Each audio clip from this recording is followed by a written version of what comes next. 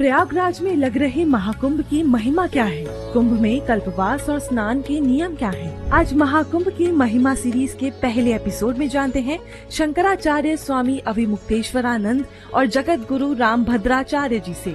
महाकुंभ क्यों होता है और क्या इसका रीजन है? इसका सबसे बड़ा स्पष्टीकरण शिव पुराण की कोटि रुद्र संहिता में मिलता है। किसी समय गौतम ऋषि को गो हत्या का पाप लग गया। जिन लोगों ने नकली गाय खड़ी की थी उन्होंने उसको गिरा दिया, तो उनको भ्रम हो गया कि मेरे द्वारा गाय का हत्या हो गई। लोगों ने कहा अगर गंगा के जल में आप डुबकी लगा के स्नान कर लें तब ये पाप नष्ट हो सकता है, अन्यथा नहीं नष्ट हो सकता। तो फिर उन्होंने प्रार्थना की गंगा माता से। उनकी प्रार्थना पर गंगा माता स्वर्ग से धरती पर आई और उन्होंने गंगा स्नान किया, जिससे उनके गो हत्या के जो पाप थे वे नष्ट हो गए। जब गंगा माता ने ये कहा कि अब हम जाएंगे, जिस प्रयोजन से हम आए थे वो पूरा हो गया, तो लोगों ने कहा कि नहीं माता, आप यहाँ पर रुकिए, क्योंकि बहुत सारे पापी हैं, उनके पापों का भी निवारण होना चाहिए। तो माता गंगा ने कहा हर 12 वर्ष के बाद आप हमारे तट पर इकट्ठा होंगे और इकट्ठा होकर के ये प्रमाणित करेंगे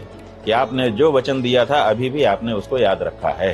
तो ये परंपरा तब से चल पड़ी है। 4 स्थान पर अमृत की बूंद गिरी थी गरुड़ के द्वारा, जब गरुड़ लेके जा रहे थे अमृत। उसी ग्रह वही ग्रह जब पड़ता तब कुंभ लग जाता है। प्रयाग का कुंभ महाकुंभ होता है।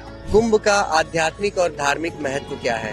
ज्योतिष शास्त्र में योग बनता है। गुरु, सूर्य आदि दूसरे जो ग्रह हैं जब अमुक कक्षा में आकर के इकट्ठे होते हैं तो ये कुंभ नाम का योग बनता है।